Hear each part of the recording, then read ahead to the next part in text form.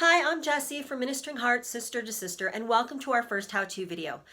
I'm going to ask your patience as I learn how to do this over the internet that doesn't have to do with food and isn't in person one-on-one. So bear with me, and hopefully by the end of this video you'll have something that you like, something that can be useful, and hopefully you'll subscribe. Let's talk cleaning schedules. I have used some sort of cleaning schedule for the last 17 out of my 20 years of marriage. I know a lot of people think cleaning schedules, oh my gosh, not another thing. Actually, they're really there for your sanity and for you to help stay on track. Whether you're single, whether you're a wife, whether you're a mother, doesn't matter. Everybody can use them, especially as women, since we tend to get so busy. When I was younger, at 16 to the time I was 22 and having my first kid, I didn't have a cleaning schedule. My cleaning schedule consisted of one day a week where I would tear everything down in my house and I would clean it from top to bottom, wipe down my walls, do everything, and then put it all back together again. And then I had my first kid and that went out the window. Kids kind of changed that thing, you know? I realized something had to change. I just didn't know how. So I struggled over the next 2 to 3 years trying to keep it together, being a mom, going to work, being a wife, plus all the other commitments as a woman that we are committed to. And let me tell you, it was such a headache because I just felt like I was drowning all the time.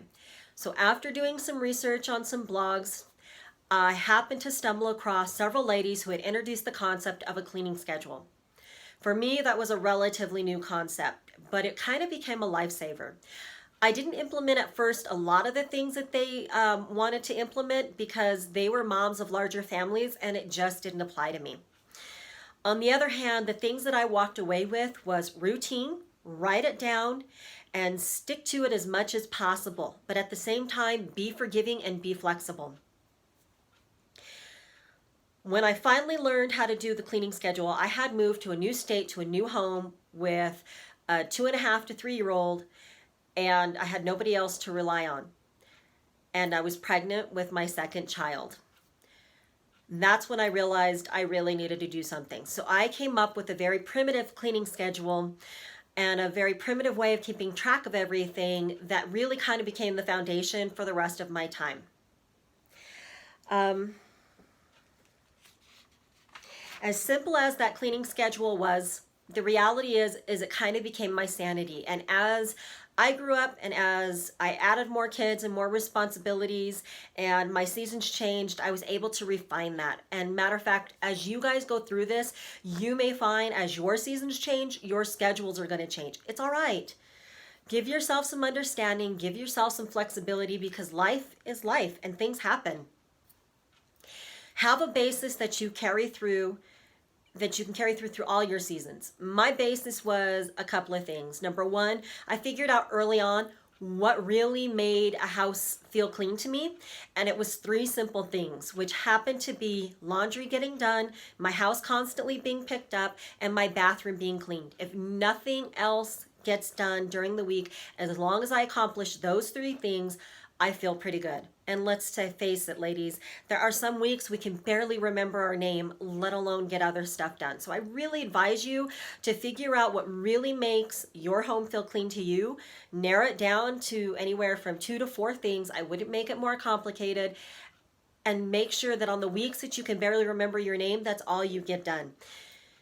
There are other times as I go through and talk about this schedule, I will double up on certain schedule, certain cleaning jobs on certain days because I happen to know about my, changing schedule ahead of time and I can adjust to it. So that's where I say allow yourself flexibility and forgiveness because mamas, we all need it. So one of the things that I did was I kind of developed having certain chores on certain days, and for the most part, they have stayed the same chores on the same days for the last 17 years, which no matter how many times my seasons change and no matter how many times I have to change my schedule, that is something that I can carry through and kind of stays consistent through the whole time, which gives me sanity. For instance, for me, I do my windows on Monday, my bathrooms on Tuesday, my kitchens on Wednesday, my laundry on Thursday, my furniture on Friday, and my floors on Saturday. And I have pretty much always reserve Sunday for church and family day and relaxation day. There are things that I've always tried to do monthly, maybe not so much when my kids were littles, but especially since they've gotten to the upper elementary to high school season on. I've tried to do this, and that is monthly. I have tried to keep my stove clean, my fridge clean, my microwave clean, and my cabinets clean, because I happen to have white cabinets, so it'll look like a crime scene if I don't wipe down my cabinets every time. But if your cabinets are more forgiving and more able to hide, then you can get away with doing it twice a year. The other thing that I try to do, but I limit it to twice a year only, is wash my curtains, wash my walls, steam clean my floors if possible, with the carpets, and clean out my closets. And cleaning out the closets is not always the same. Sometimes it's simple as just removing everything, vacuuming everything, and putting it back in. Other times it's a matter of going through and purging my closets, getting rid of the clothes I don't wear anymore or are too ragged and too old to wear anymore, getting rid of things that I don't use anymore. I generally have a rule of, if I haven't used it in 6 months, then I'm probably not going to use it unless it's a seasonal or specialty item that you don't use anyways, but you kind of die if you don't have it. The other thing that I really advise you to incorporate into your schedule as we go through and talk about them is cleaning your bed sheets. I know it sounds really like common sense wise, but mamas, it's easy to forget the bed sheets. We remember everything else, and it's just easy to do. So whether you're of the weekly department or bi-monthly department, pick a schedule and make sure you get your bed sheets washed. So the other thing is coming to furniture. And when you talk about furniture, for me, most of the time when I'm cleaning my furniture, it's a simple Swiffer. The Swiffer duster is beautiful, life-saving. My kids love doing it if I don't have time. They think it's fun, even my teens. And but otherwise, because I happen to have a lot of antiques, I have to go and make sure that I polish them at least once to twice a month with actual furniture polish, and then at least twice yearly I have to make sure that I wax them.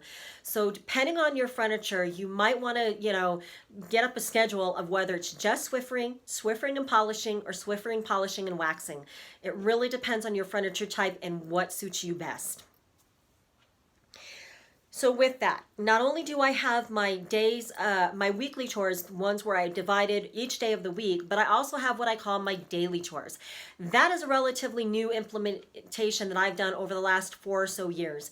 I've really kind of done some version of it the whole time, but I never really put it down on paper until about 4 years ago.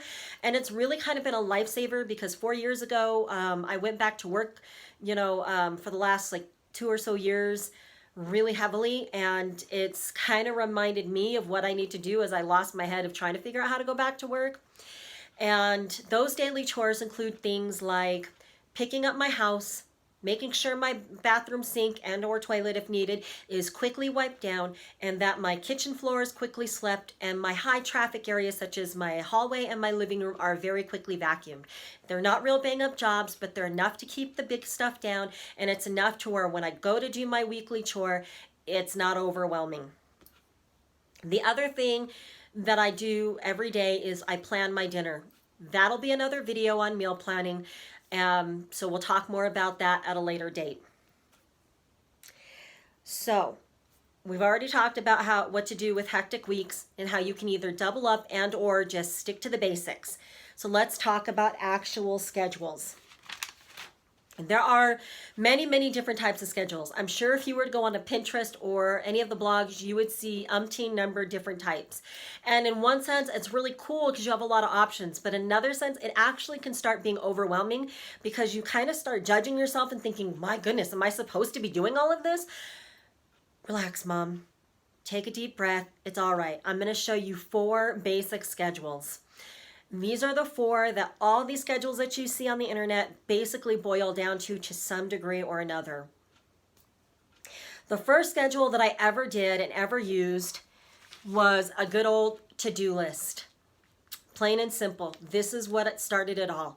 Knowing what I had to do and knowing when I had to do it. So each night or that next morning, I would write down what I wanted to accomplish that day. But I didn't just write it down willy-nilly to overwhelm myself. I wrote it down where the top several things were usually my have-tos, that no matter what, I kind of need to get this accomplished, whether that was meal planning, cleaning a bathroom, taking a walk, whatever it was. And then after that were my wish list items, the one where if I got all this accomplished and I happen to still have time, then I would accomplish the wish list items. Wish list items for me usually included things like cleaning out the closets, and stuff like that. Stuff that you don't think to do every day, but you kind of have in the back of your mind. If this is all you can manage, then great. Get a pen, get a paper pad, and make your to-do list. I really advise you to just stick with the have-tos on top and the wish list items on the bottom, because the wish list items are not stuff that you have to accomplish right now. The next thing that I moved on to was a handwritten to-do list. This one's kind of fancy. This was my recent one up until this school year. And I had my daily chores, my weekly dividends, and this one happens to include a watering schedule because I have a large garden and other country stuff that I have to keep track of. So not only did I have my weekly things such as bathrooms or windows, but I also had when I wanted to water my raspberries, when I wanted to water my garden, stuff like that. And then I had my monthly stuff that I felt was need to keep track of, and any notes that I wanted to, make myself aware of. My current favorite one that I am on is a simple calendar style. I happen to just design this off a template off of Microsoft. They have plenty of templates on Word that you can use. I use their basic calendar stuff. Over here I've put my daily chores along with descriptions of what it means to clean the furniture, clean the kitchen, different stuff. And I have that not just really for me, but because all my kids are teens and I often have them help. So if there's something that I'm not getting to and I assign them the chore, they can come over here and see what that chore means. And then, as you can see, I have everything printed. I don't know if you can see here. Maybe that's better. I have everything printed where windows and furniture and various things, along with my actual schedule to keep track of. So this I happen to really like and use, not only because it keeps track of my daily chores and my weekly chores, but allows me to keep track of my appointments so that I can better juggle my weeks and better know which weeks I'm going to lose my head and to just concentrate on the basics. The last one is what I call the printables. These are the free printables that bloggers and Pinterest has online that you can print up, and it's already made up for you. You don't have to follow these. I often just use these for ideas to create my own, because many of the free printables are either too general or so detailed that I'm, even with my AD, even with my compulsory, need to do everything, I also have to consider my ADD and the fact that I'm going to look at that and go, I'm going to be too easily distracted. So I often print these out or look on them in Pinterest just to get ideas to put together what works for me. But if you happen to find one that's already made up, that's as close as you're going to get, that you just need to add a few things or subtract a few things out of, print it out and it's done. The last thing that I really recommend when it comes to cleaning schedules is, I don't know if you guys can notice, but this is just a page protector. Those cheap little page protectors that we get our kids at the beginning of the school year that are like a dime a dozen. Put your cleaning schedules in it. I do this for several reasons. I don't know about you, but I happen to keep mine in the kitchen because the kitchen happens to be the hub of my home. So it's easy for me to see, it's easy for my kids to see, and it protects it because now it's not going to get splattered or stained to where we can't, read it. The other thing is get yourself a whiteboard marker, a dry erase marker. I happen to have a cheap pack of them. I got them at the beginning of the year with the school because they were cheaply on sale. So now we can go through and cross off all the chores or make any notes that we need to. And by the next day, we can erase it and it's clean. And it's great because when I turn my house over to my kids, they love it because it's easy for them to check off and it's easy for mom to wipe over and start over the next day. Plus, I think if you have littles, they're going to love this system because now they can draw on it. Mom doesn't have to worry about it because it all comes off. If you have any questions that are more personalized for cleaning schedules, please leave it in the comments below.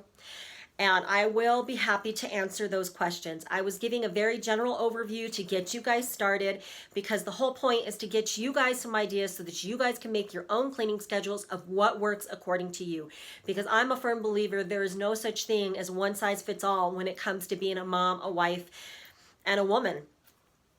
With that, I hope you guys have a lovely day. Remember, we're going to have a how-to cleaning video, more or less tips of how to clean from a professional cleaner, along with cleaners that I happen to really like that are available on the everyday market, and cleaning tips with littles.